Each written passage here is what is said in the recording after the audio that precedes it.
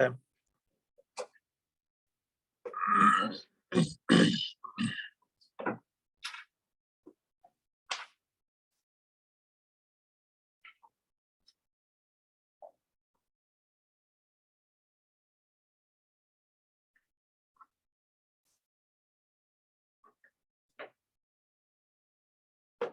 So starting off with 5, yes?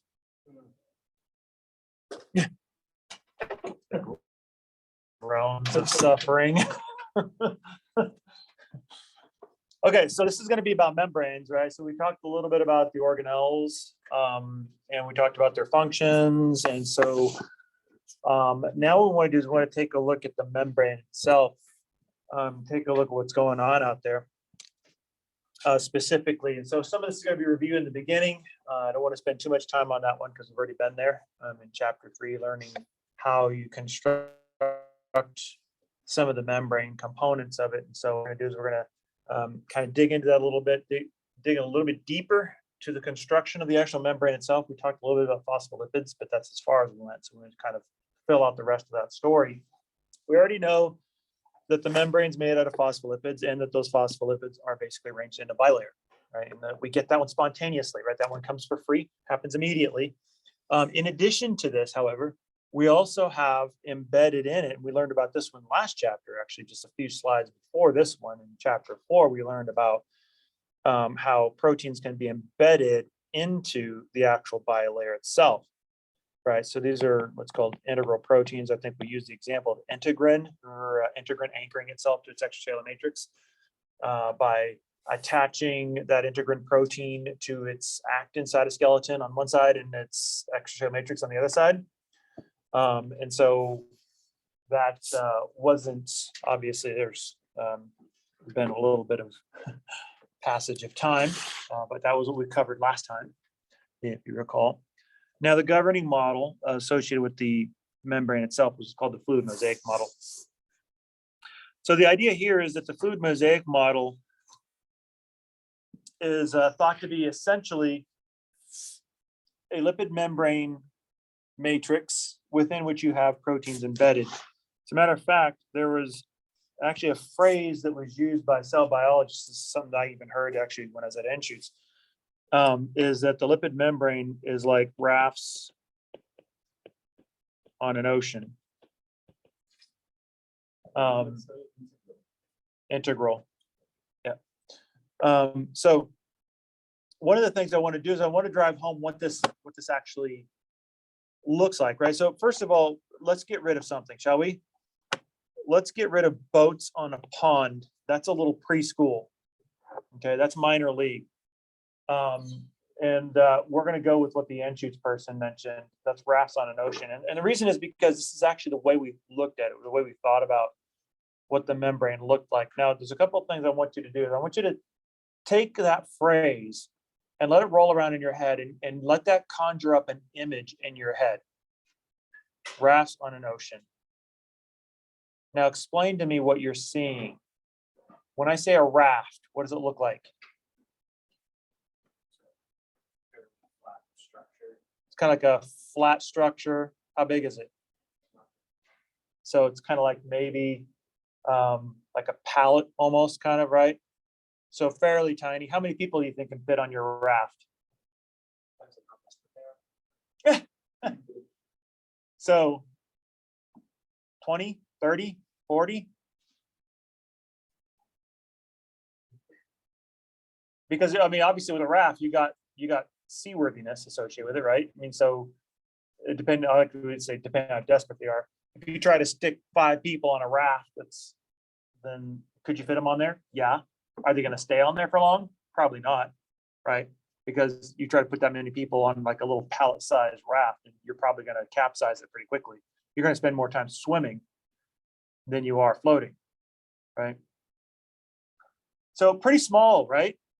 Okay, now what kind of what do you see in your head when you hear ocean? Okay, now when you put the two together, what does it look like in your head? Rafts on an ocean. Rough, because the whole wave thing, right? What are you mostly looking at? What do you see mostly? So you're getting all technical. I like that. Do you see, like, what is the percentage of raft versus ocean? Pretty tiny, right? So why is it that usually if you're on a raft, you don't get found? Why is that? You have the search and rescue planes flying all over the place, right? We're looking for them desperately. You would think a raft would stick out. I mean, how much? Well, okay, there's a lot of junk out there floating in the ocean, but back in the day, there used to not be so much junk out there, right? You'd think it'd be easy to pick out.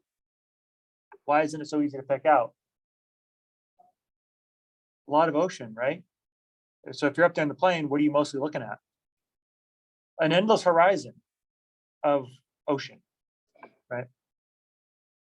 The reason why I want you to kind of pull that image out in your head is because that's exactly the way we used to think of the membrane, right? So we already knew there was proteins in there. We looked at the integrin, right? So we knew that there were proteins in there. But the question came up, how many proteins are we talking about here, right? I mean, are we talking about a ton of them? I mean, obviously we've already figured out that the rough ER makes these membrane proteins, so you have some of them out there. But what does it look like? Well, literally, the image that we had was rafts on an ocean. If you take a look at that image, you're talking about very small, isolated spots, rafts, that are largely separated from each other by a vast expanse of ocean. That there's very little raft and a whole lot of ocean in between. And that's exactly the way we used to think about it. And not only that, but think about what a raft does. I mean, do you chart a course on your raft and you're heading that direction? No. What's happening to you on a raft? And you're just going wherever the water takes you, right? So there's a sense of randomness to it, isn't there? And we also thought that was also true. We also thought that these proteins, like rafts, were floating around in an ocean of lipid bilayer, randomly drifting about just like rafts in an ocean. As it turned out, none of that was true. Or it was true, it just was a pretty, how should we say, inaccurate way of looking at it. Okay. So before we get to that, we'll take a look at the fluid mosaic model. We're going to crack it open a little bit, and we're going to kind of expand our view of this. So obviously, this is our phospholipid, right? We already know our phospholipid is composed of two nonpolar tails and a polar phosphate head, right? So I already know that one. This is all basically review from chapter 3. And so I don't want to spend a whole lot of time there. And we already know that our phospholipids come together to form this lipid bilayer, right? And we already know that we have some proteins injected in there. Matter of fact, this guy over here, that guy should look familiar, right? That's an integrin that's attached to his fibronectin, which is attached to an extracellular matrix fiber, right? So here's your extracellular matrix up here. And you got all the stuff that's basically inserted in your membrane. So it looks like here's one here that's kind of looks like an open channel or a thoroughfare for your membrane. Here's a couple of more that are doing other things. Certainly both of them are anchored to your cytoskeleton, right? Different components of your cytoskeleton. This guy over here is attached to your intermediate filaments. This guy over here is attached to your cortical actin. You have some glycoproteins over here, which themselves have these little carbohydrate branches on them, and they're basically tethered to the extracellular matrix components. And then the other thing you also have is this little guy right here. What's that? That's cholesterol, right? So cholesterol is actually a component of your lipid membrane. We're going to talk about that here in just a second and see what it's doing there. But notice you also have what's called peripheral proteins. These guys are not actually embedded in the proteins. This guy right here is peripheral protein. So it's not embedded in the protein, but it's kind of associated with the actual membrane itself. So he's not in the membrane, but he's kind of hanging out there. Okay, so he's kind of like an associate, if you will. So you got all kinds of stuff going on out there, and so that's interesting. It just totally split my screen. Little PowerPoint glitches. Right, so basically if we take a look at this, then let's take a look at our construction. Obviously, the first thing we know for sure is that our membrane has a couple of components to it. The first one is clearly the phospholipid bilayer, right? That's there, that's a thing. And none of that, but your phospholipid bilayer forms a nice little tidy circle. Right? We learned about that one in chapter 3. And this gives you the beginnings of your cell membrane, right? But here's the problem. This phospholipid bilayer is a pretty darn good barrier to permeability. Why? Because of those hydrophobic tails in there. And we'll take a look at that, right? That basically sets up some required features that you need to start kind of constructing. So this isn't the end of your cell construction. This is the beginning of your cell construction when you get this phospholipid bilayer. Also, you have what's called transmembrane proteins. So a couple of things I always like to sort of define a little bit here. First of all, is the idea of what's called integral protein. So an integral protein basically means this is a protein that is inserted into the membrane. So for instance, integral proteins are any proteins that are inserted in the membrane. An example of an integral protein is integrin. Right, that one was inserted into the membrane. And so there's a little bit of confusion oftentimes that students run into when they run into these terms, right? First of all, an integral protein, a lot of times this kind of throws students, especially when you have integrin and integral and that sort of stuff, right? They're like, okay, wait a minute, this is confusing because they all sound the same, right? Integrin and integral don't mean the same thing. All integral means is that this protein is inserted in the membrane. That's all it means. Integrin is a type of integral protein. Okay, so it is true that integrin is an integral protein, but not all integral proteins are integrin. That makes sense? So it is just a type of integral protein. As a matter of fact, what causes or allows these proteins to be able to insert into them is a specific special type of a domain that all these integral proteins have called the transmembrane domain. We'll take a look at that here in a couple of slides. But because of the confusion between integral and integrin, oftentimes I don't use the term integral. I use the term transmembrane because that's what we know. We know that the transmembrane domain is what creates the ability for these proteins to integrate into the membrane itself. Okay. You also have these peripheral proteins that are basically at the membrane but not in it. They're associated with the membrane. Sometimes they're just sort of hanging out there working with other membrane proteins. Other times they're actually anchored to the membrane. We'll see an anchored strategy here in just a second. And then, of course, you have glycoproteins. These are cell surface markers. So these are glycoproteins and glycolipids. These basically will give you, these will be cell identification and cell sorting.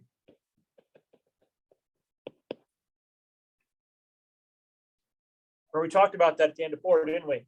Right? When you start to go make tissues, you have to start fastening cells together with your 3 connections. And in order to do that, you have to know who you're fastening yourself to, right? So 2 liver cells have to be able to identify each other as 2 liver cells. How to do that? With the profile of glycolipids and glycoproteins on their surface. So that exists as sort of like identification numbers for them. And so those are all out there on the surface. And you got a lot of glycoproteins. It's not just a couple, there's a bunch of different glycoproteins out there. So it's a common thing that you see. So for you table people, this is your table. So you kind of got some of that stuff sort of listed out here on a table. So you can see you got your bilayer, your transmembrane protein, your interior protein network, and then your cell surface markers, right? So that's basically, if you like that stuff more, like, oh, good. Go ahead, Shane. If you like that mostly in a, oh, sorry, there. Yeah. Yeah. And so if you like to study those sorts of things in a table, it's where it's all put together in one place. That's for you guys.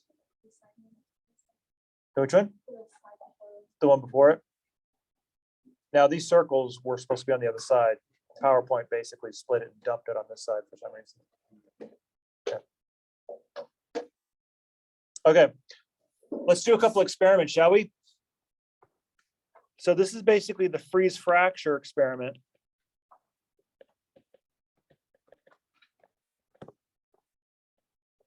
And it's a test for mosaicism. This is the experiment that we did to prove to ourselves that the mosaic piece of fluid mosaic was actually a thing, right? So here's what we did. We basically took a cell, we froze it in some freezing compound, and then we took a knife and we stuck it in the freezing compound. We basically give it a twist.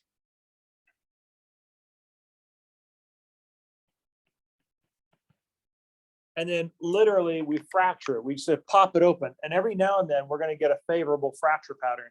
This is totally random. Matter of fact, I've a couple of my grad student friends were doing some of this sort of stuff. They were trying to get a good cross section. And I mean, they had to go through many trials before they got a really good sample that they could work with. So this takes a little patience and a little bit of persistence, but you will get a good one, right? For instance, here you basically have the outer layer of the cell membrane got fractured and peeled off of the lower layer. So it allows you to be able to sort of see what's going on. And then what we're going to do is we're going to subject and prep it for electron microscopy. So we're basically going to be taking a look at this layer. So we're going to be taking a look at two different layers, right? The outer portion of the outer layer and any proteins that may be sort of popping through there. And then you'll also be able to see the lower portion that's below that outer layer, where it kind of got fractured off. Now, here's the thing. Remember, our rafts on an ocean, originally when we went into this, we were thinking, okay, so there's not going to be that many proteins. There'll be a few of them out there, right? Largely, we're expecting to see a whole bunch of phospholipid and just a few proteins here and there. And what we actually saw kind of blew us away a little bit. What we saw was this. So here is your external layer. So this is the top layer here, and this is the lower layer here. Every single one of those dimples is a protein. So let's take a look at that. So what I'm going to do is I'm going to mark where I see dimples. I have a little bit better resolution here than up there. So I'm going to just basically put like a little bit of a mark wherever I see dimples. There's some big ones, obvious ones, and there's a lot of small ones. So I'm just going to start marking them where I see them. There's two here, there's one there.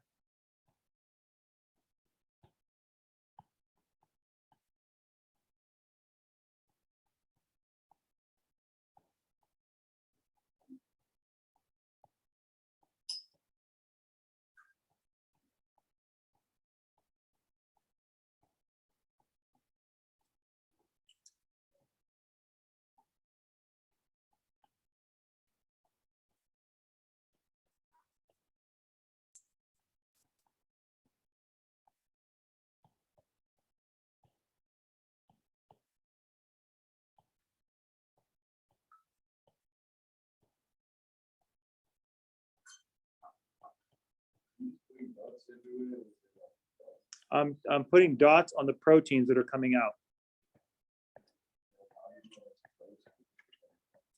It's so the little dimples, each of these are little proteins sticking out. So you can see some of the big ones here, like this guy right there.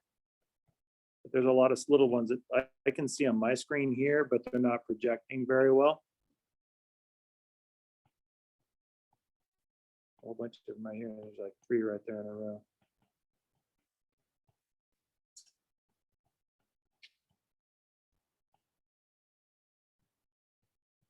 Okay, can I stop now?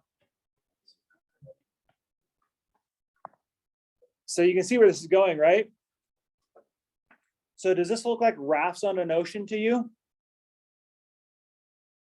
No, you know what it looks more like to me? I'm going to modify the image.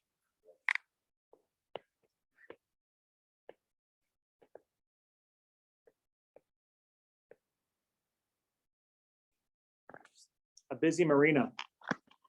No, not like anything we have here in Colorado. We're a joke. No, let's go to Miami during the height of boating season. Anybody ever see what the Miami Marina looks like? Like at the height? Can you see much water in that marina? No, you can't. Why? Because there's so many boats. And between the gangway and the actual boat and the boats themselves, I mean, you don't see a whole lot of water in between them, right? The most water you see is through the thoroughfares, so the boats can actually get in and out of the marina. But what you've got is basically wall-to-wall boat. I mean, it's all deck, one deck to the next. You don't see a lot of water in between. So what this is telling us is there's a whole lot more proteins out there than we thought.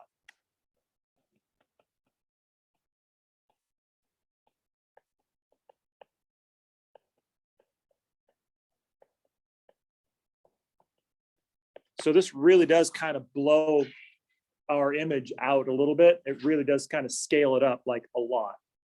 So obviously, along with the number of proteins that you've got out there, you've also got a lot of function that those proteins are doing as well. So with the proteins goes function, right? And that's kind of the first piece that kind of blew our mind a little bit. It's like, whoa, wait a minute, we weren't expecting that much out there. After all, that didn't really jibe with the kind of the way we saw the cell at this particular point in time.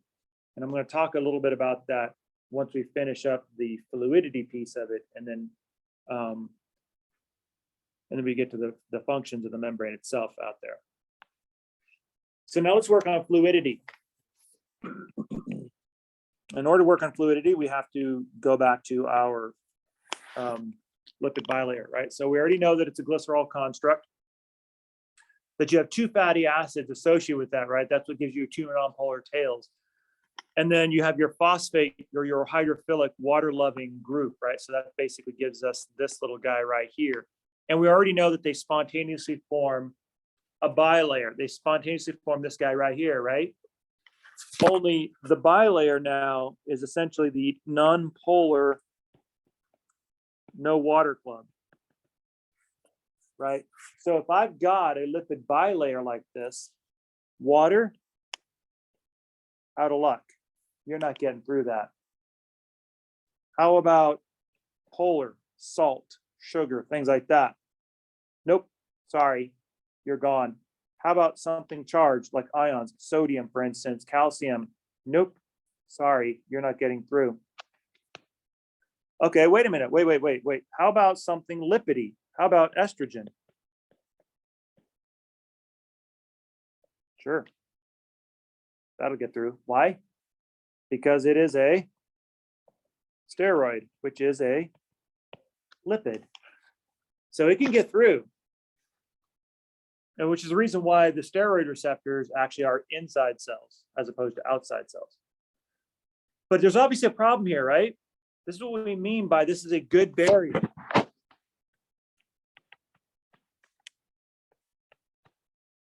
It's too good. Why? Because if you're building a phospholipid bilayer like this, that's a ring, and you want to be a cell, you're basically keeping everything out and you're keeping everything in, right? Nothing's trafficking across your membrane because you're too good of a barrier. This is kind of like if you were to build a house and you built it all out of wall. That's all it. I mean, ceiling, floor, solid wall, all the way around. If you did that, what did you build for yourself? Yeah, right. Think Casca Amontillado for your Poe fans. That's going to be your crypt. We're going to find your dead body in there, right? Not a good idea, is it? We don't build houses that way, do we? What do we have to do to our houses? Put holes in it, right? Right? Of different types, right? Different holes have different functions. One is a door. That's where you go in and out. A window, a hole, but a different thing. You're not going in and out of your window, hopefully, unless you've like forgotten the key or something like that. But right, I mean, it's a different activity. It's a different function, right? How about the hole in your roof for a swamp cooler or some kind of an air conditioning unit that's on the roof or something like that? It's an older house, right? There's a hole in your ceiling for that. Another completely different function, but you got to get into your house, right? All of your ventilation systems, all of your heat registers, things like that. These are all holes in your house that are designed with specific functions to them. So notice, as soon as you generate a good barrier, you have to start putting holes in that barrier in order to get functionality.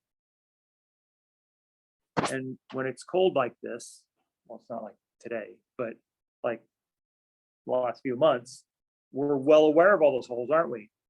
So we know how those uninsulated attic spaces are basically cascading cold air into our house. right? And that sort of thing. So that's part of it. And hold on to that analogy, because the next step after we build this membrane, which we've done, is we have to start making it functional, right? It's not functional just yet. It's a start, but it's just a start, right? Okay, so let's kind of wrap our heads around this fluidity idea. We talked a little bit about this already, right? When we talked about the margarine effect. So the same idea is here, right? We have the margarine effect here, but now what we're going to be doing is we're going to be doing the cell fusion experiment.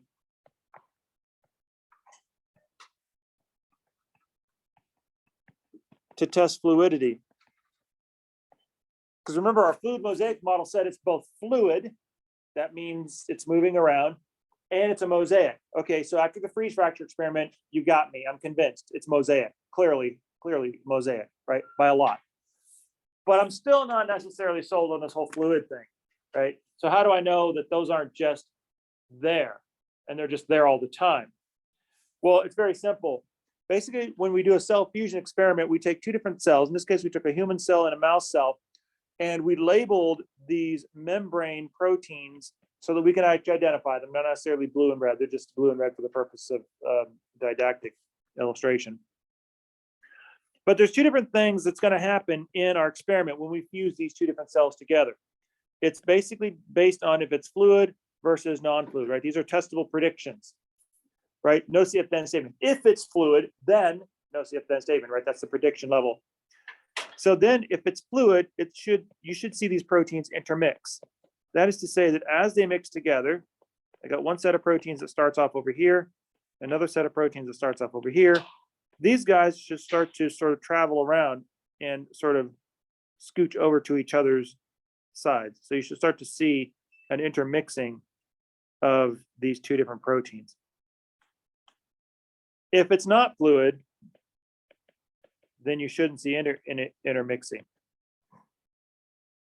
So when you fuse these guys together, you should see one protein type over here and the other protein type over here with a distinct demarcation where they did not intermix. So what do we see when we fuse them together? What we see is we see the human ones floating over to the mouse side of the cell, and vice versa, the mouse flowing over to the human side of the cell. So the only way that they could have intermixed is basically if you had fluid membrane. Think about it.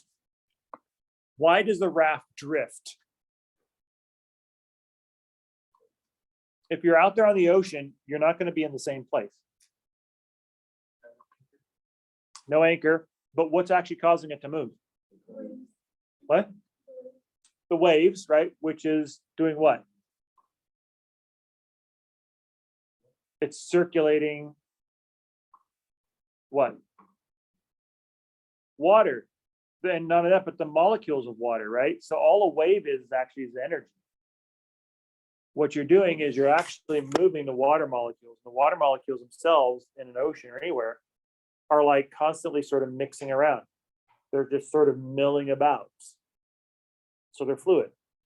So one of the reasons why the raft, even if you were on like a perfectly placid pond with no energy in it, right, you would still drift around. Why? Because there's just a natural amount of just the water molecules just sort of shifting around, working around each other, just sort of mixing about in the room. And that's just what they do. That's because of their fluidity.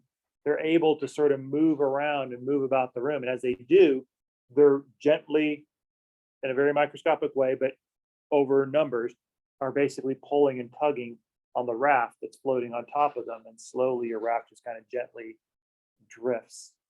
Okay. That's what's happening here. That's basically what they said. It's like, how would this have gotten over there if it wasn't just floating around in this very fluid phospholipid bilayer, where essentially you've got the phospholipids sort of laterally moving around and sort of shifting around like water molecules in the ocean. And that's what they did. That's what they saw. So that proves to them a couple of things. First of all, the fluid mosaic model is a thing. Mosaicism, you sold me on that one, right? The fluidity thing now, you sold me on that one too. So yeah, I agree with you. It's a fluid mosaic model, no question about it. Okay. So let's take a look at some of the things that affect fluidity, right? We already know about a couple of these, don't we? Remember, because you've got phospholipids with hydrophobic tails in them, it basically means that depending on how many double bonded fatty acids you put in there, it's going to determine your consistency of your membrane, right, of your lipid layer. So for instance, if you want to basically load up on a bunch of saturated fats, you're going to have a fairly solid membrane. If you make it a little unsaturated, it's going to be a runny membrane, right? So you can mix and match the different types of saturated versus unsaturated fats to get you that kind of perfect membrane consistency. But there's a problem. By the way, what I just mentioned there, that was the margin effect applied to cell membranes. Okay. But here's the problem. Whether you're saturated or unsaturated, temperature is a problem for you, isn't it? Because what happens if I increase the temperature? What does that do to fluidity? It increases your fluidity. So that's a problem, isn't it? You go out on a hot day, if you're not careful, what does that mean? That means you're going to basically melt your membranes and they're going to become too runny. You're going to lose your structural integrity and then there goes the cell. Not a good idea. What happens if I drop the temperature? What's that going to do to fluidity? Yeah, it's going to drop it, right? This is kind of like putting the butter in the refrigerator. It's going to cause it to cool down and set up hard, right? So if I go out on a cold winter's day, then the problem is temperatures drop and I'm going to basically solidify my membrane. That's also not very functional.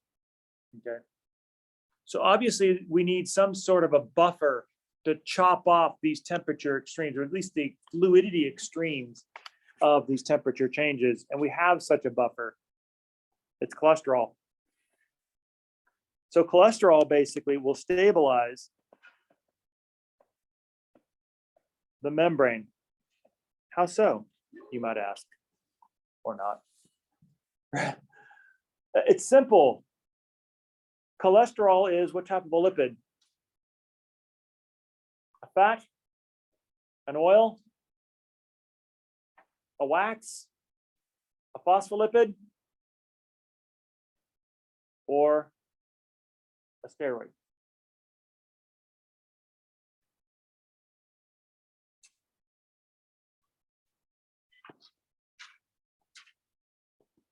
It's a steroid. Remember, this is the 4-fuse ring.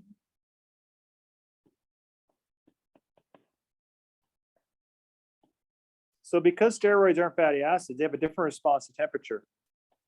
Not quite as dramatic. You can't melt a steroid. You can't set up a steroid. It's a lipid, but it doesn't have the same attributes as a fatty acid. So what you do then is you plug your membrane with cholesterol. What does that do? That keeps your membrane from setting up hard when it gets cold, because the cholesterol is a lipid, but it resists that change in texture. But at the other extreme, you also eliminate your fatty acid from getting too runny when the temperatures increase, because the steroid itself doesn't melt. So it maintains the integrity of the membrane so that you're not melting. And so that's what we mean by it stabilizes the membrane. It keeps you from melting at high temperatures and keeps you from setting up at low temperatures. That way you can have a nice, good, strong membrane with good integrity across a large swath of temperatures. Okay. So that's kind of your effects of fluidity. All right, this is one of the reasons why I say you can't just not eat cholesterol. You have to eat cholesterol. It's part of your membrane, right? Not only that, but it's the substrate for steroids like testosterone and estrogen. So you got to have those too. So to eat no cholesterol is a bad idea. To eat less cholesterol is a good idea, right? To eat no cholesterol is a bad idea. So, but that's the reason why Americans, by the way, get into trouble. Why we basically kill ourselves with the polar extreme, because we think that the way to fix a high cholesterol diet is to go to the opposite extreme, to the no cholesterol diet, which is just actually more lethal than the high cholesterol diet. Because if you don't have enough cholesterol to plug into your membranes, you're going to have massive cell death, and that's going to create some big problems for you. Know that, but you're going to see a reduction in testosterone and estrogen. And that's just those two. There's other steroids too that also are founded on cholesterol. So that's one of the reasons why, by the way, nutritionally, why Americans are so screwed up in the head, is because our response to these sorts of things is to basically flee to the opposite extreme. We think that somehow if you're off balance over here, that by running over here and getting off balance, somehow it averages out to the middle. That's not the way physiology works, right? The way physiology works, if you want to get to the middle, you don't take the average of two extremes. You actually go to the middle and you stay there, right? That's something that Americans just can't wrap their minds around, because everything about what we do is excessive and out of balance, and we wonder why we're healthcare train wrecks in one degree or another. But anyway, there's that. So if we have all these proteins out there, we're going to circle back around to the mosaic idea. So if we have all these proteins out there, then basically what are these things doing, right? So what are these all doing out there? Well, basically through the process of research, and it took a long time to actually compile this list, but we figured out that there's some main things that they're doing. So what we see out there are transporters. They're moving stuff back and forth across the membrane. Okay, got that. There's also enzymes out there. They're doing some sort of a chemical reaction. There's cell surface receptors out there, which are communicating with other cells. There's identity markers like the lipids and things like that. There's adhesion. Remember those? We talked about those in the last chapter, didn't we? Toward the end of the last chapter, that was our last topic. Right? Those cell-cell connection proteins are membrane proteins. So that's a thing. And of course, our cytoskeletal anchors. That gets to our integrin, right? Our integrin and our fibronectin. So that's what those guys are. So this is kind of like your visual of that previous. So the previous one was a list, if you like lists. This is your visual if you like visuals, right? So basically you have a transport system which creates a nice little open pathway for a molecule to come through. Your enzymatic activity, you have your reactant, which is going to be turned into products. And then of course you have your cell surface receptor, which is taking some sort of a chemical signal from another cell. And then it's going to be relaying a message to the cell, giving it instructions to do something in particular. And then you have your identity marker. This is your glycoprotein. This is your cell sorter. And then your cell adhesion. So this one looks like a tight junction. You can see how closely associated they are. But you can see all of these are true in the sense, all of these have the same thing about them in the sense that they're all basically spanning the lipid membrane. They're all inserted in the lipid membrane. Yeah, that means they're all integral proteins. Notice only one of these, this guy here, is an integrin. This is what I mean by integrin is an integral protein. Every single thing on here is an integral protein, but not all integral proteins are integrin. For instance, a transporter is not integrin, but it's an integral protein. That makes sense. So one of the things, before we start moving on to the actual integrating these guys into the membrane itself, is one of the things I want to mention is kind of just sort of painting for you a little bit kind of a perspective of kind of where we come from at this particular point in our trajectory of understanding of cell membrane. And an important discovery, a series of discoveries, there's actually two disciplines that we had that were kind of like roughly right about lockstep. They were kind of roughly about in the same place in terms of their discoveries. It sort of radically changed the way they thought about things in this particular situation. One is obviously cell biology, the way we used to think about a cell versus the way we think about it now. And that closely mirrored and paralleled a similar sort of a discovery that was happening actually in archaeology. So yes, if you're wondering, I am about ready to talk about archaeology. Probably the only biology professor who manages to talk about music and archaeology, and well, Lord knows what else, right? And a biology, Walmart, right? And a biology class. Yeah, so there it is. But anyway, right, in this particular case, we're looking at a particular area of archaeology, the city-state, right? If you kind of are familiar with history, there's a point in time in antiquity where cities were organized as city-states. That is basically, most cities had kind of like the central city, but then they had walls around them, right? That's kind of the way you did things. That's how you protected yourself. And the reason is because back in that day, there was no police force, right? There was no fire department. There was no standing army, really, even. So you were kind of on your own. And so if bad guys wanted to sort of come around and, marauders wanted to basically steal everything you had, you pretty much were at their mercy. And so that happened quite often, to be quite honest with you. And so that's the reason why a lot of times back in those days, an individual of personal estate would actually have a personal army. So they would have servants, but their servants would double as soldiers. So if somebody came in to attack their property, their servants would drop their plowshares, pick up their swords, and they'd go to battle. So you kind of had a dual sort of a thing going on. If you lived in a city, then what you did was you put up a wall. Makes a lot of sense, right? Keep the bad guys out, keep the good guys in. Great idea. Doesn't really work, however. Just ask the Chinese how well the Great Wall worked for them, which was not well. The Mongols still got through. But the idea was simply this. That's the way we thought about the cell, right? We thought of basically, okay, this is great. So you have this sort of wall-like structure, this defensive barrier, and that's pretty much what it was, a defensive barrier. All the good stuff was inside, right? You did all your chemistry and all your organelle work on the inside, and all the bad guys were outside. So you wanted to keep them out. And we had, maybe you had like a gate in there, but we kind of think of this as sort of like the traditional European kind of gate and moat sort of situation, right? You have this forbidding wooden door, pretty simple, right? You either open it for the good guys or you close it for the bad guys, right? That was kind of how it worked out.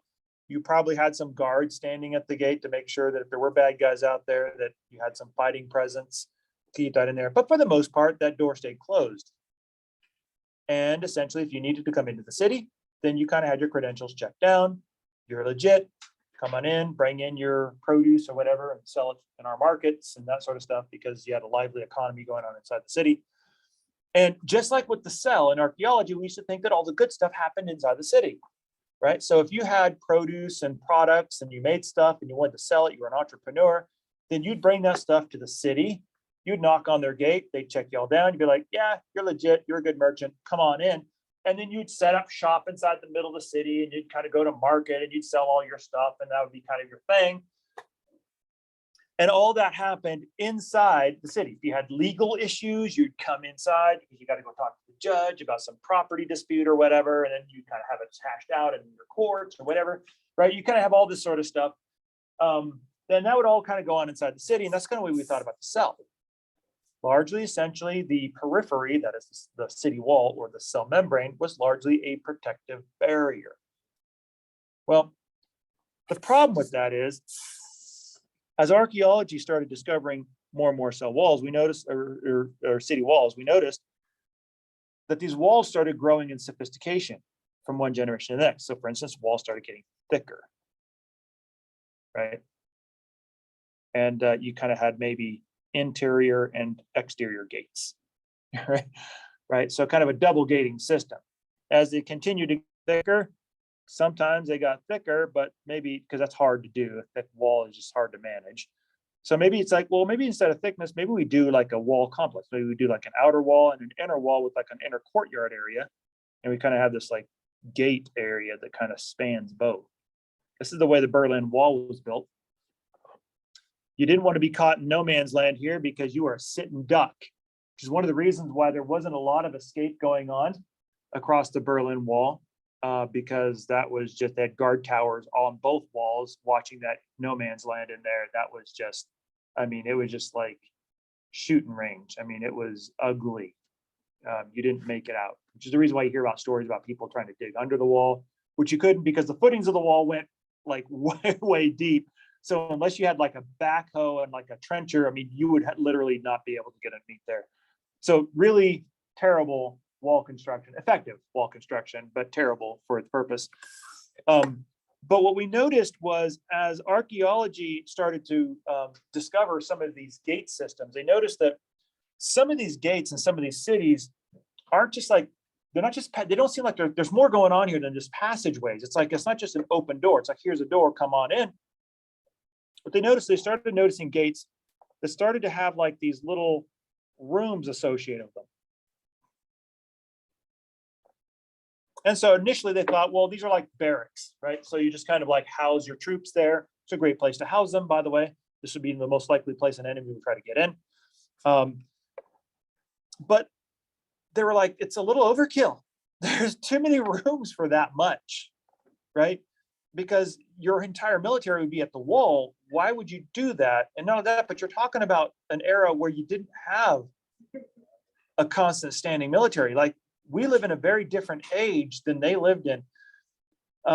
We have a professional military that is 24/7 on duty all the time, ready to go whenever. And that's true for most countries in the world. But back in this day, you didn't have, number one, that big of a military. And oftentimes it was a volunteer military or a conscripted military, not so volunteer, right? But basically it was for a very short period of time, and normally only within a crisis moment, like if bad guys are attacking us, we got to fight, right? So you didn't really have a trained army per se. Most of your trained battle mongers were usually probably robbers, because that's what they did for a living. They just went about killing people and taking their stuff, right? So that's kind of the mercenaries. That's kind of what you have a lot of. As a matter of fact, we don't have a lot of mercenaries now these days, but back in the day, your armies had a considerable number of mercenaries, paid soldiers, who that's what they did for a living. They just went from one country to another and just, hey, give me enough money, I'll kill whoever you want. I don't care. I'm not on a team, right? Your money tells me I'm on your team today. But if this guy gives me more money, guess what? I'm on their team and I'm killing you. You should have paid me my contract, right? So that's kind of what's going on here. So we thought this is way too big of a complex, and there's multiple of these gates on this particular city for this to be a military installation. So what we noticed is in archaeology, as they started excavating these, what they noticed is that in each one of these rooms, there's certain activities going on here. So we noticed that we found evidence of some of these being things like what we would consider today as courthouses, right? Places where people would go, and this would kind of be their legal office. They would have some legal dispute, and then they would go to this particular room, and then they would deal with their legal issues with whoever was there. Some of these were commerce. There was money changing going on here. So if you needed to convert your rural money into city money, for instance, if they use different currency, then this is where you would do that. Oftentimes the evidence there is things like scales, because they didn't have like floating dollar and valuation the way we have now. They did it by weight, right? So gold wasn't determined by how valuable it is on the market the way we do now. Gold was determined by how heavy it was, right? So there was a sense of weight. That's kind of, so you had a lot of these activities. Some of these were like buyers of produce and buyers of goods and merchants and middlemen and things like that. So that like, if I was a farmer and I wanted to sell my produce, I could come here and I could work with one of these rooms here at the gate, and they would buy all my produce, and then those guys would come in and then they would sell it to market, just like a middleman, and they would kind of mark it up probably, and then they'd make their cut, right? So basically this was full of commerce, things that we would think and that we originally thought was happening inside the city. But it wasn't happening inside the city at all. It was happening in these massive gate complexes that were kind of a little bit more like ancient office towers, like one-stop shopping for everything you needed, like Walmart, only worse, right? Right. So that kind of blew our minds, right? Because we're like, well, wait a minute. So you're trying to tell me that there's really not a lot of this activity going on inside the city at all. There's a ton of this stuff that, I mean, like if you're somebody outside, you'd never have to come into the city at all.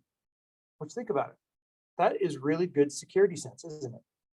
Because every time somebody walks through into your city, they are a potential risk. And if you don't have a standing police force, that's a problem. So if you need to do business with the city, great. Do it at our gate, room number 2, right? That's where you need to deal with this. But you're not coming into the city. Just do your business at the city gate. So this was mind-blowing to archaeologists because we didn't realize just how elaborate this sort of commerce was at the gate. There was so much more going on at this gate than we originally thought. Because remember, we originally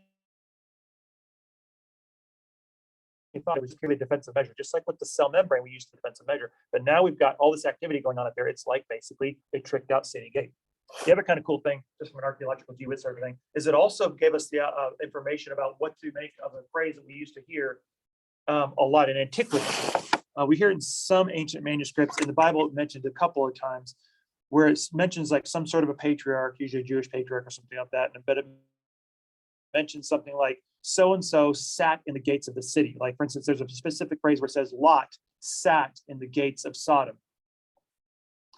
And a lot of times we didn't know what to make of that, right? Because we're like scratching our head, like, what does that mean exactly? Was it like a Walmart greeter, right? It's like, hi, welcome to Sodom, right? That's what it sounds like, right? You're kind of sitting in the gates. That's kind of what we think about, but that's not what it was. When you think about what was actually happening in these complex city gates where you're having legal matters heard and you're settling legal disputes and things of that nature, what that phrase actually means was that Lot was actually a judge in the city of Sodom. Which, if you think about it, if you're familiar with the story at all, really kind of puts a different twist on that old story. Because rather than Lot just being some sort of an obscure resident of Sodom who happened to get hurried out of there, right? In reality, Lot was not just an obscure resident, he was actually a respected member of the city, because the city of Sodom had entrusted him to adjudicate their laws as a judge in their own gates. That usually means that you have some respect for that individual.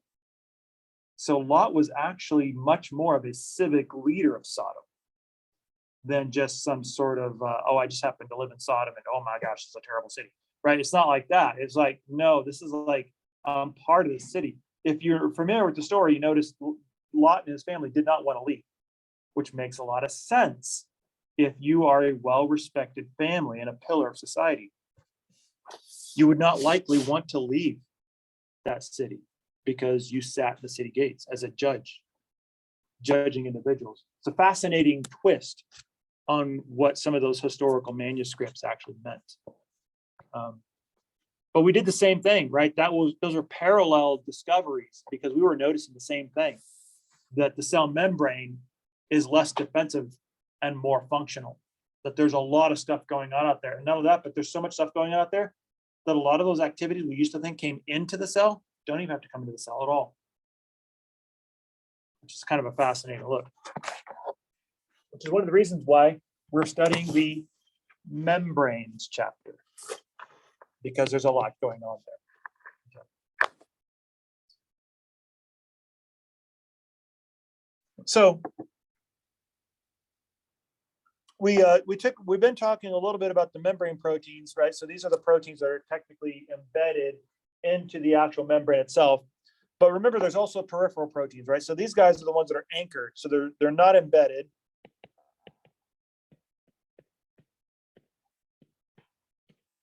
But they're associated with the membrane.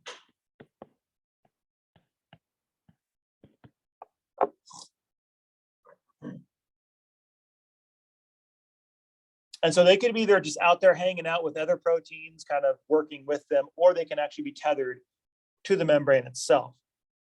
Right, and this is an example. I'm going to show you an example of what that tethering or that anchoring of a protein looks like. So this is what it looks like. So here's an example of an associated protein. Notice here's your protein here, but it's part of the protein is actually tethered to a phospholipid. So you can see it's anchored to the membrane, but it's not actually in the membrane itself. So this would be kind of like an anchored protein or an associated protein or peripheral protein.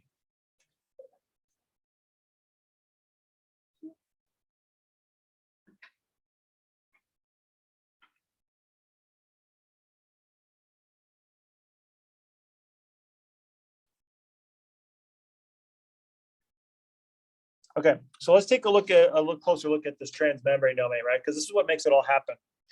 So if you take a look at your phospholipid membrane,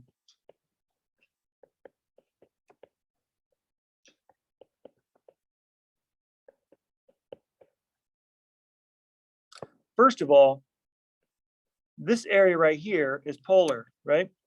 As is this area here. And this one here is nonpolar. So if you need a protein to inject into their membrane, it's got to have this striping pattern to it. So basically, if I take a protein like this, then the outer amino acids of this protein here next to the polar heads has to be polar. Same thing down here. This has to be polar. And this middle part has to be nonpolar. So you have to have that sort of striping identity. What gives you that striping? One thing, the transmembrane domain. So the transmembrane domain has this alternating hydrophilic, hydrophobic, hydrophilic striping that allows you to be able to just basically insert and match up your nonpolars with your nonpolars and your polars with your polars. So it basically allows you to be able to essentially match your external environment.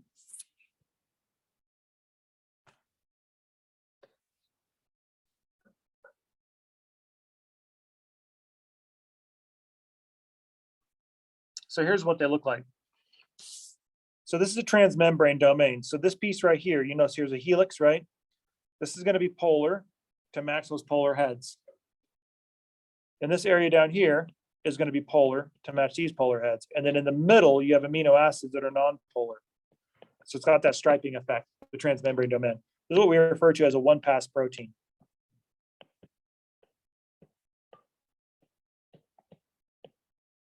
Why? Because it's got one transmembrane domain that goes into the lipid bilayer. Now notice, because it's striped, as soon as you start to insert that protein in the lipid bilayer, because of those polar, non-polar interactions, your organizational power of water kicks in, and it's basically going to snap into place immediately, right? The same way that the phospholipids organize into a bilayer, like spontaneously to eliminate those polar, non-polar interactions, the same thing's happening here. As soon as that little polar tip of the transmembrane domain hits that non-polar region of the lipid bilayer, it's going to be like, yeah, no. It's either going to go one of two ways. It's either going to spontaneously spit it out, or it's going to spontaneously pop it in. And if you've got push on this side, then it's going to automatically snap in. Okay. So that's basically how a transmembrane works. So this one here is got 1, 2, 3, 4, 5, 6, and 7. So this would be a 7-pass.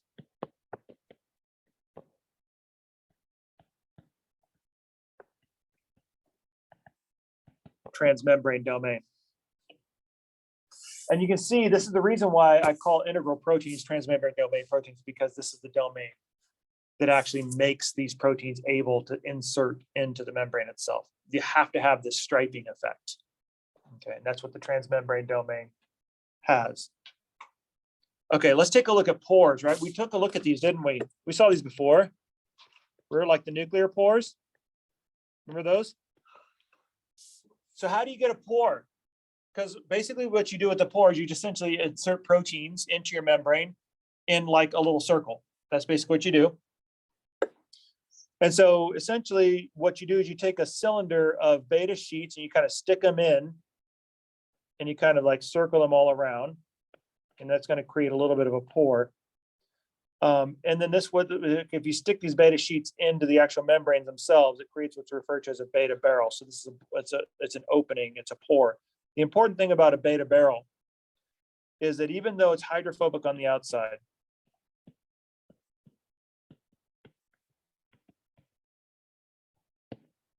the interior is polar.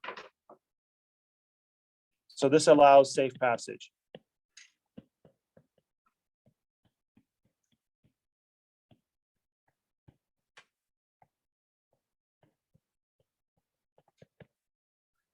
Of polar molecules. Think of it this way.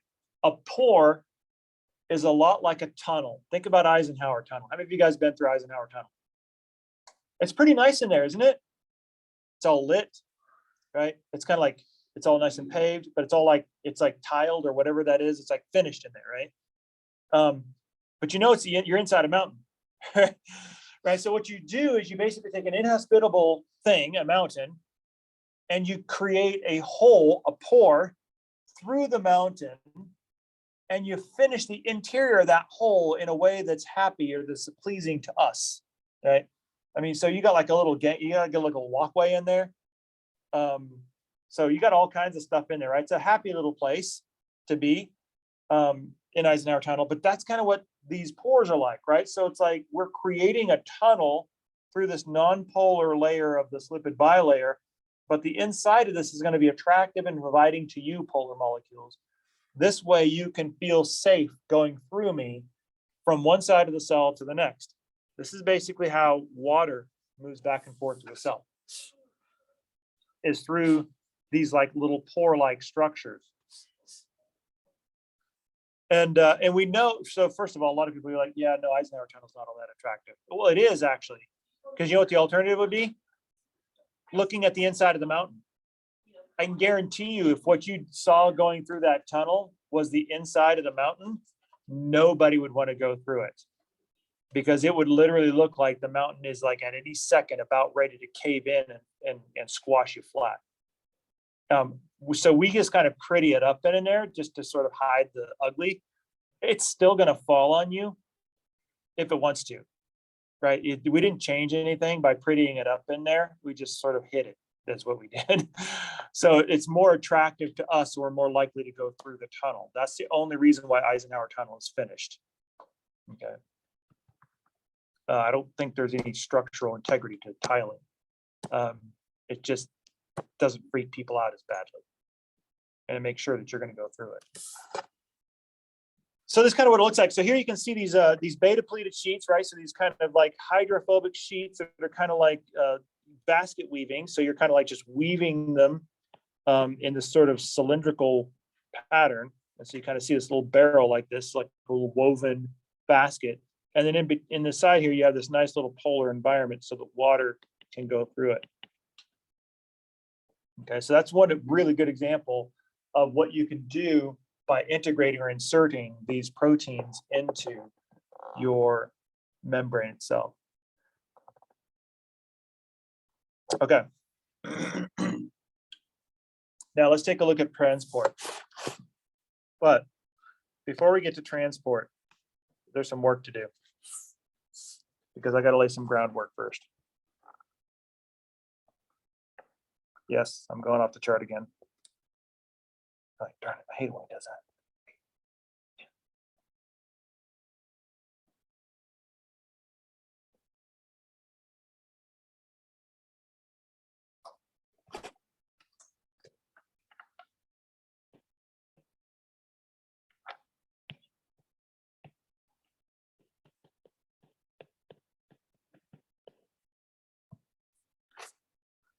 So most of the rest of the chapter is about transport. Okay. So there's three major types of transport.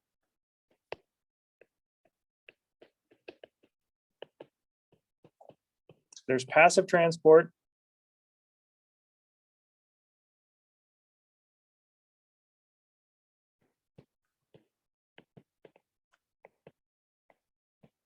active transport,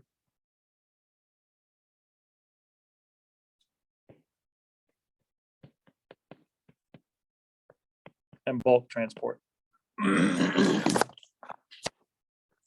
So let's start off first with passive. And there's a couple of major principles, especially energetics principles, that I want to lay down here, just to kind of make sure that everything is tied together and makes sense. So passive transport basically is the movement of solute without needing energy.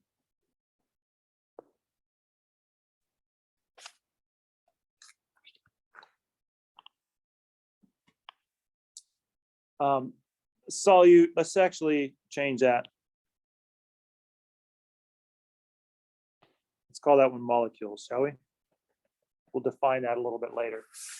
There's three major pieces to passive transport. There's what's called simple diffusion,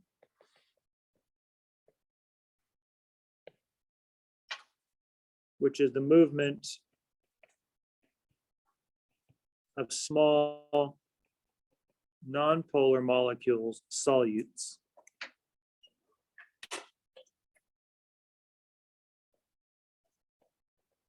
from an area of high concentration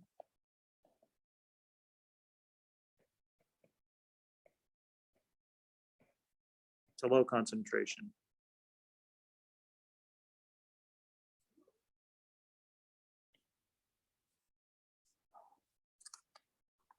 So what's an example of a small non-polar molecule? Nope, water's polar, but it is small.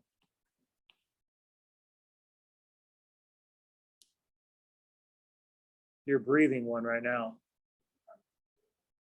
Not carbon. Oxygen, and the other one that's coming out? Yep, those are both small and non-polar.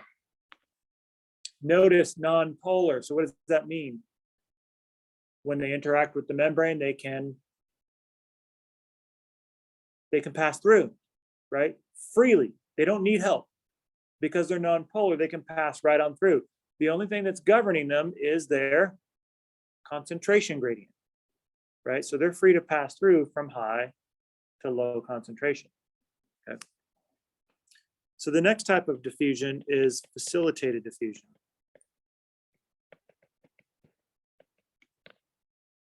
This is the movement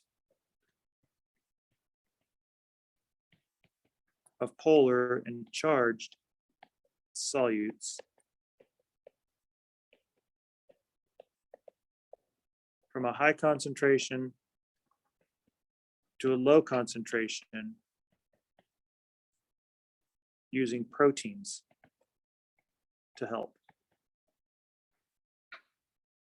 And you have two different types. You have carrier mediated. We'll talk about those. And you have channel mediated. We'll talk about those.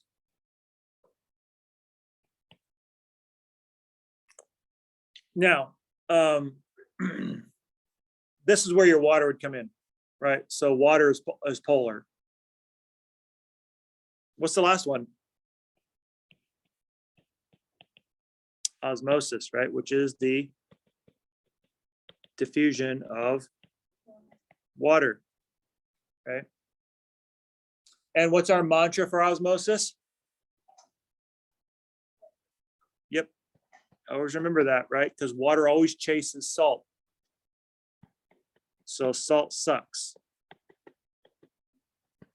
That's your mantra for osmosis. So wherever the saltiness is, that's where water's going to go. So these are passive and different types of passive transport. So now what about active transport? Well, this one's a little bit different, right? So this is basically going to be the movement of solute from low concentration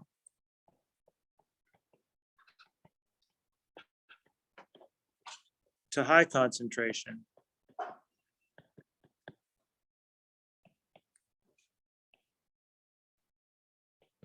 With the use of energy. So you need energy to do this one. There's two different forms. There's ATP driven.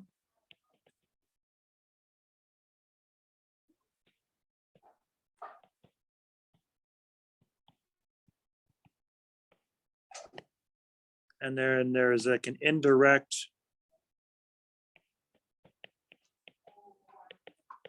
concentration gradient driven coupled transport. We'll talk a little bit about that mechanism when we get to the active transport section. Okay. So you have two different energy sources for this particular one. And then you have bulk transport. So bulk transport is different from the other two, and that this is the movement of large macromolecules. either into or out of the cell. And you have two major types. The first one is endocytosis. This is movement into the cell. And there's three different types of this. There's phagocytosis, which we saw. Right, this is our cell eating.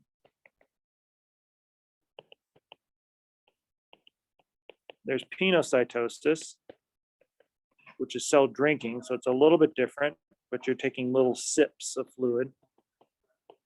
And the last one is receptor mediated endocytosis.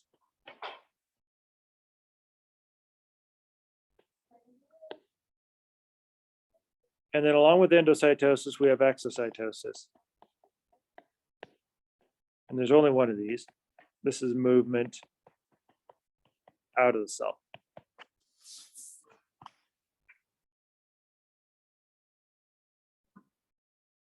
Wow.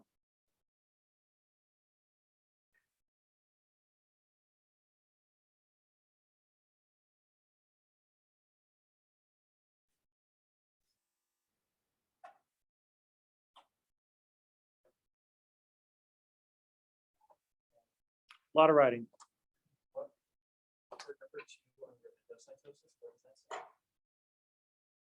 Penocytosis, Pinocytosis, that one.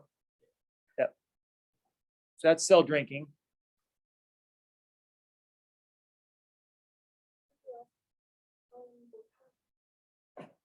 Exocytosis. Yep.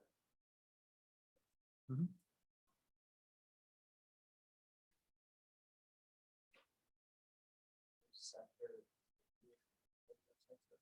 Correct.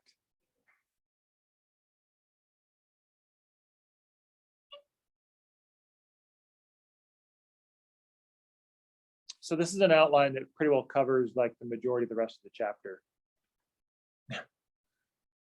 of chapter 5. So let's take a look at this, right? Because there's a couple of things that we need to talk about, right? Because we have this idea of passive versus active, and there's some patterns that we need to recognize and make some links to some energetic realities when we're taking a look at this, right? So first of all, when you take a look at passive movement, you're talking about a type of movement that's going downhill, right? That is to say that there's no energy necessary to do this, as opposed to active, which does require energy, right? So the question is, what does this basically mean, right? What this means is that for passive transport, it's what's called a downhill process, right? So for instance, you are going from an area of high concentration to an area of low concentration.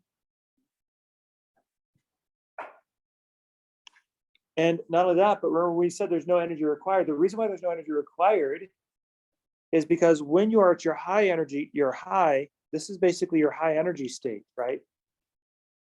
And then low is your low energy state. So when it's downhill, and the reason why it's not energetic, a good way to think of this is like, think of this as just like a hill.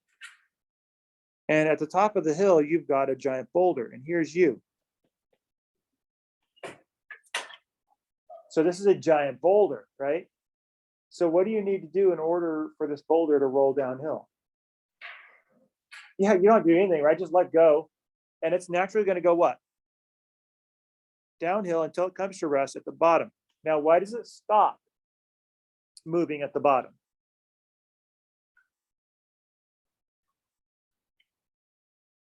Yeah, and what did the hill give it? It's energy, right? So basically the boulder was full of energy. And so once it comes to rest at its lowest energy spot, it has no more energy to expire. So a couple of things that are happening as this boulder is rolling downhill, it's releasing kinetic energy, right? Which is an energy of motion or an active energy. There's several different types of kinetic energy. At the top of the hill, it is potential energy, right? So that's energy of storage or position, or latent energy, stored energy. So probably in chemistry, the biggest type of potential energy is the energy that's stored up in chemical bonds, right? So when we lit our propane on fire, the potential energy was in the chemical bonds. As we lit it on fire, we saw flames, light, and heat. Both of those are forms of kinetic energy. So it was releasing energy as it basically came to rest. The reason why this is important is because this is basically what's governing this, by the way, is not just like, oh, a rock and transport and stuff like that, but what's governing this, and sometimes it helps to sort of understand why this is so, is the reason why you have always movement from a high to a low is largely because of this energy differential. Typically speaking, what's happening there, whenever you see anything going from a high energy state to a low energy state, what it's doing is it's obeying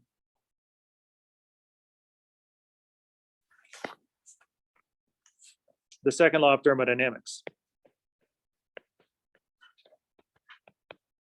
which says what?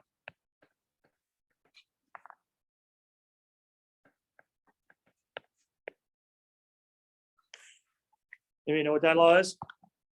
So the first law was, we learned about that one before, right? That one was that energy is neither created nor destroyed, it just changes form, right? That was when we lit the propane on fire. The second law basically states that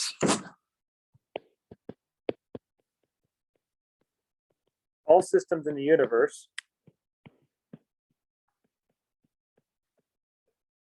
proceed to a state of lowest energy. This is what's called the entropy law. Why? Because what the second law actually says is it creates the state of highest disorder, which equals entropy. That is to say that one version of the second law of thermodynamics can be stated as all systems are proceeding toward a state of increasing disorder, maximum randomization. Why? Because that is the lowest energy state. That's the entropy law. Not only that, but because this is the lowest energy state, one of the realities of the second law is to create order requires energy. What are you? You're extremely ordered, which basically means in order to maintain that order, you have to have a lot of energy. Has anybody eaten today? Has anybody eaten more than once? Has anybody eaten more than twice? Is anybody going to eat again before the day's over? That's a lot of energy, isn't it? And are you going to eat tomorrow? And the day after that? Are you ever going to stop eating? No, no organism, right? That is the number one instinctual drive of all animals, is to eat. It far outstrips reproduction and sex by far. Eating is the number one. Why is that?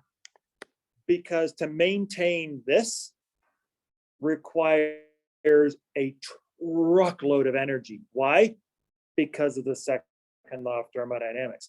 Because the entire universe wants you to proceed toward the highest disordered state, which is what? Go, keep going, not just dead. Yeah, completely. Yeah, right. To completely, I like that, right? Completely randomized molecules, right? That's what the universe wants us all to be. That's our lowest energy state. So in order to maintain our order, we have to continue to consume energy to maintain that orderly system. Now, that's basically the reason why everything is flowing from high to low, is because of that universal law. Everything proceeds to its lowest energy state, everything. Everything falls apart. Now think about this. This isn't just us. This isn't just biology. We're just an interesting side note about that. Think about it. How many things do you notice wear and tear or depreciation on? So just think about the things that just get worse with time. Just name a couple. Cars are a good one, right? What else? Buildings, right? Keep going. Roads. Yep, keep going. Yeah, pretty much anything you can name, right? Just about anything you have in your existence is subject to depreciation and wear and tear. Now, they don't all depreciate at the same rate, but they will all depreciate, right? They will all fall apart and randomize. So you see this principle everywhere, right? Because if you basically have a building across the street, right? Like one of those fancy ones, they look pretty now, don't they? But why do they look pretty? Yeah, because we put energy into it to keep them nice. When something breaks, what do? We put energy into it to fix the system. What happens if we all just walked away from all those buildings? What would they look like in 50 years? Yeah, nice. I love it. Gotta lay that one on Dillman. Professor Dillman's from not from Detroit, but he's from Michigan. So I gotta lean on him. Dude, I gotta tell you what one of my students said. You're gonna love this. He'll probably agree. It's like, yeah, that's true.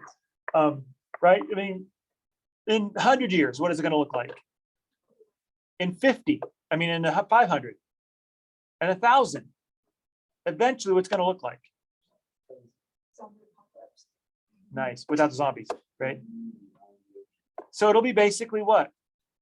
Ruins, right? Rubble. What's happening? Over time, the universe is having its way. The buildings will start to fall apart. Everything will start to come down. And then you have, so everything, okay, so everything will just kind of start to fall apart, right? And then that's maximum disorder, lowest energy state, right? So we see it everywhere. As a matter of fact, if you think about it, from a biological systems perspective, it's not really that mysterious what aging is about. Aging, there isn't an aging gene or aging genes. Aging is very simple. It's basically the universal wear and tear. This second law of thermodynamics, constantly pushing every system to break down to its lowest energy state, just picking at us and picking at us and picking at us every second of the day. And our body doing battle against it, saying it's like, okay, wear and tear, you just blitzed my connective tissue, that's fine, I'm gonna go build more. But guess what? Who wins that battle? Yeah, the universe has been around a lot longer than we have. It's going to be around a lot longer after us. It's very patient. And we can't keep up the fight forever, can we? We do a great job for a long time, for a long, long time. But eventually what happens is aging simply just the systems and our physiological processes that are constantly doing battle against that overall increasing levels of wear and tear and degeneration just slowly get a little less efficient, a little less efficient, a little less efficient. We just can't keep up that same level. And then eventually that sinks to such a depth that physiologically we're not able to maintain systems to stay alive. So basically life is just one giant losing battle to the second law of thermodynamics. Now, is that a cheery way to think? Right, that is hardcore fatalism right there. Lay that one on your philosophy professors. That is about as hardcore as fatalism gets right there.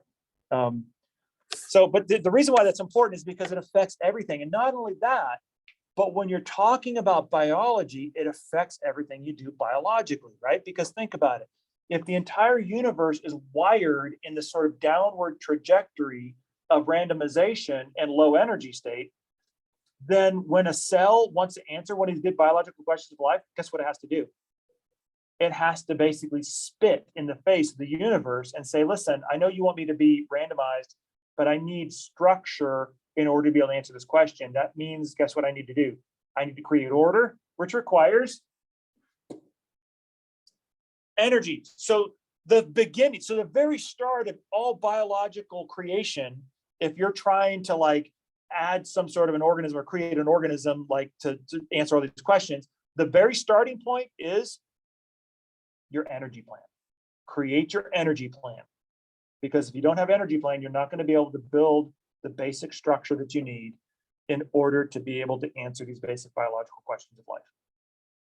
And it's all because of the universe, right? That's the reason why passive transport is a downhill process, because it naturally wants to go from high to low. But think about it. When that boulder was at the top of the hill, did you just get that one for free? Look how big that boulder is. And look how big you are. Did you get that one for free? Was that boulder born at the top of that hill? No. According to the universe, no. Right? So something had to get that boulder to the top of the hill. Guess what that is? It's the uphill process. It's active transport. So active transport is basically you taking the boulder from the bottom of the hill and getting it up to the top. What do you need to do in order to do that? Yeah, you need to add energy to the system, right? That's your shoulder. Lay into it, start pushing. Move that thing up there, right? So you're going from a low energy to a high energy. Not a lot of fun, right? But guess what? If you need that boulder to roll downhill, then you got to get that boulder up the hill. Always remember this. This is the biggest mistake that most, actually, I'm going to argue most biology professors do when they're actually teaching this, is they teach one at a time, but they need to teach both at a time. Because what you're talking about between passive transport and active transport is two sides of the same quarter. If you don't have a process to push the boulder up the hill, you will never have a boulder at the top of the hill to go down in the first place. There would be absolutely no passive transport without active. So everywhere we see a passive transport system, there's an active transport system that set that in the first place.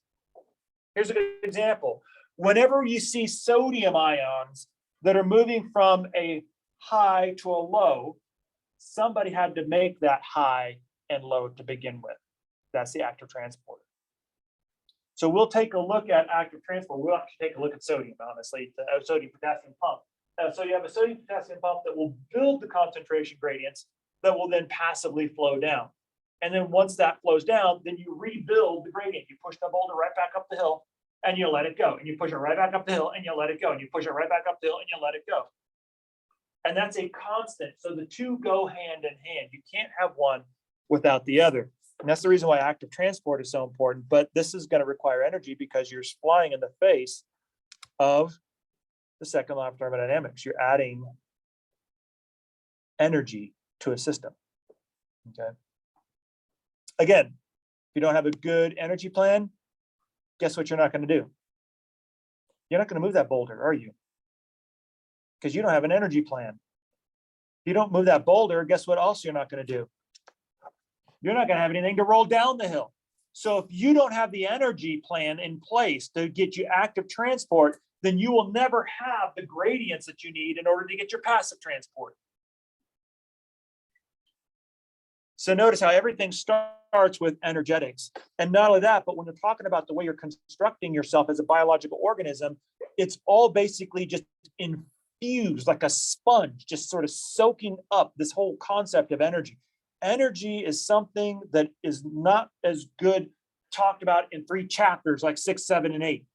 Energy is something that you just kind of have to get a feel for. You have to feel it's the way it's saturating all of biological reality, right? It's kind of like something that's just always there because it kind of just forms the complete saturation of all biology. It's like so saturated with energy that it's easy to overlook, right? But that's the reason why I want you guys to kind of notice where this energy comes into play, because energy is much more powerful to understand, easier to understand when you see how it basically interacts and sets the stage for biology. Okay. Chapters 6, 7, and 8, the take home and all that sort of stuff. I never liked that because it's just factoids, random information about energetics. But energetics is, it's like an aura. It's kind of like almost like the biological spirit of an organism almost. It's like, it's deep, it's deeply ingrained and saturated in the fiber of all of biology. And it has to be seen that way to really appreciate how it sort of drives all of biology and everything we do, from this biggest thing that we do biologically to the smallest thing we do biologically. It's driven by this energy concept. And we can see that comes to us by physics. Right? So ultimately we see the universe of physics at play in our cells. Okay. Which is kind of cool because it kind of integrates everything, that there's nothing random and nothing is separated. It's like all of the world's reality, all the scientific reality is kind of like all sort of merged together. And then we just basically smear it all around. We blur it all together. It's very similar to what my son would do with Play-Doh, right? Right. It's like, it's not separate colors anymore. It's like, it's just turned into gray. Or actually what he used to do is like, he stopped short of gray, just like all these like swirls of different colors in there. It's like, it's just all integrated. You can't tell where one stops and one begins. That's the way. If you're starting to get functional with that, you're starting to feel that, you're just beginning to understand how biology works. Okay, that was a little overkill, but I'll take it. So let's take a look at our first one, right? Diffusion. So this is exactly the example that I mentioned when we were in lab, right? So basically you take a drop of food color. Oh, this one, let's make it more interesting. This one's blood, right? Same idea, right? So where's the high concentration? Yeah, it's gonna be your high concentration. Where's your low concentration? Yeah, there's water, it's low, so low that there's nothing in there, right? So as soon as a drop hits the water, all of a sudden you're gonna see you got a very steep concentration gradient, don't you? It's like all your concentration is inside the drop. There's not very much in the actual beaker, so it's very steep. So what you're going to get now is fast diffusion. As it starts to proceed, you can see that you start to break up your concentration spot, and so it starts to diffuse out a little bit. So your high concentration is not quite as steep as your low, and so now you get slower diffusion.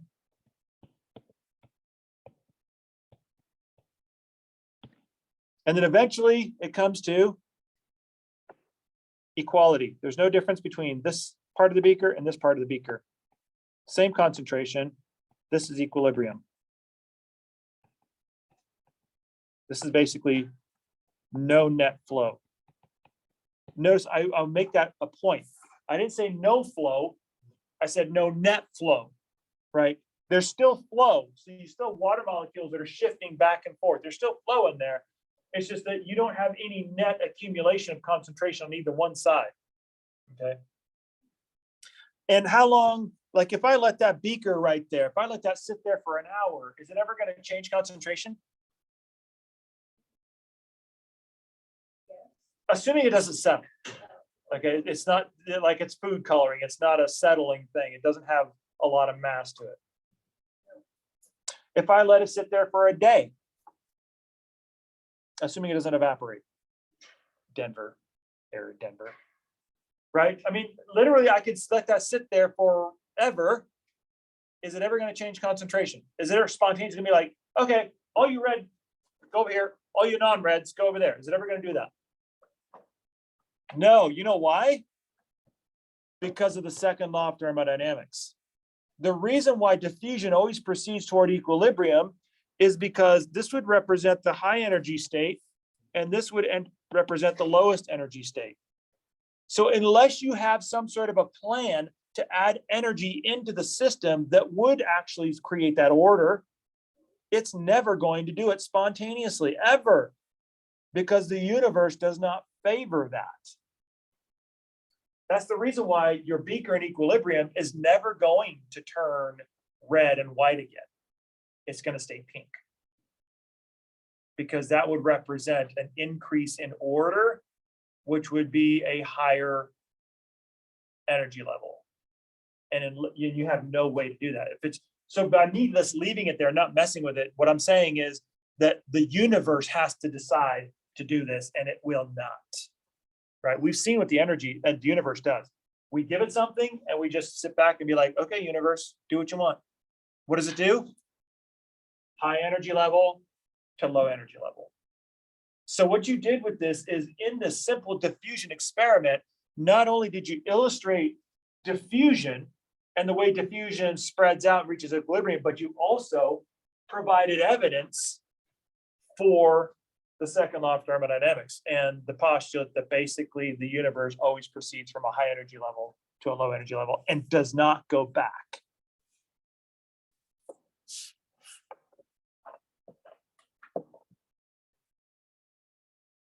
You can't uncook or untoast the toast, right? Or you can't uncook the egg. Why?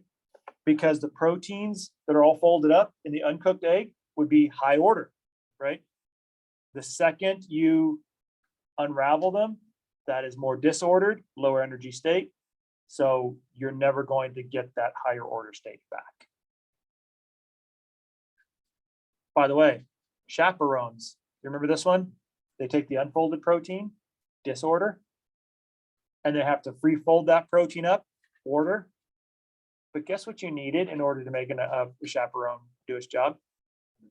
You needed ATP. Remember that there's a little piece of ATP comes in there and energizes that.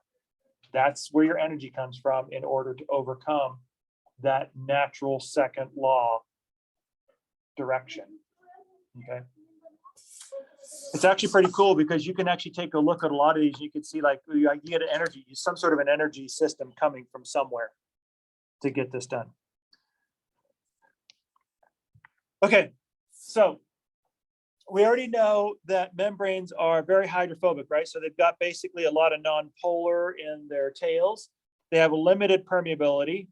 And pretty much if you're small, there's limited. If you're large, it's out of the question.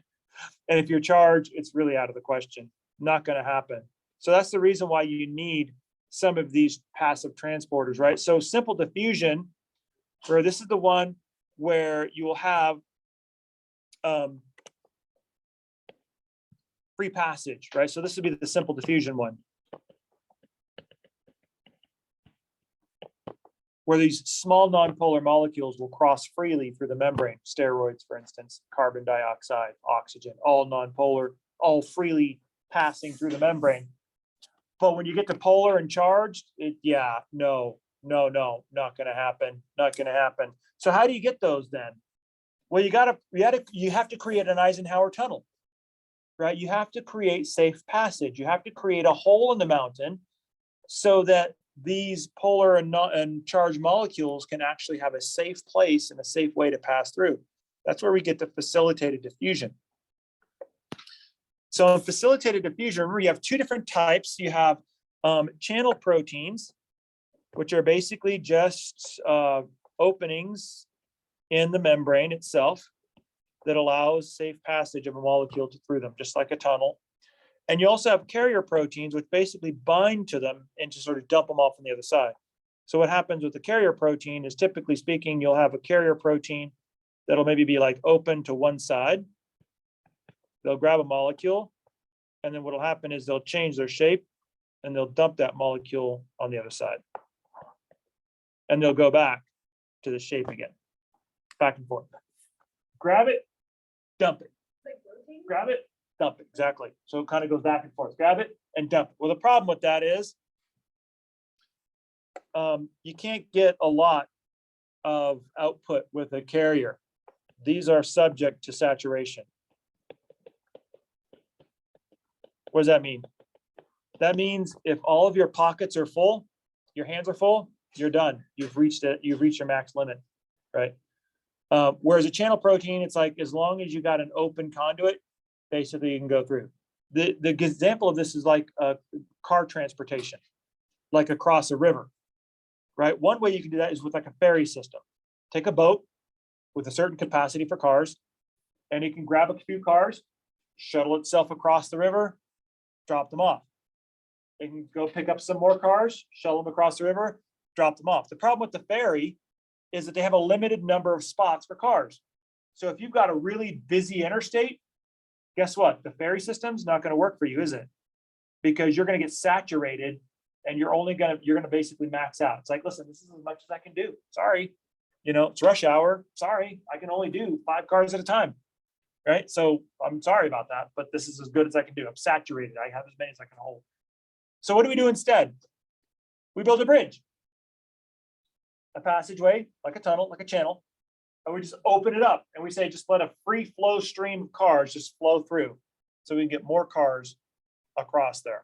And that's kind of what channels do. So it's higher output.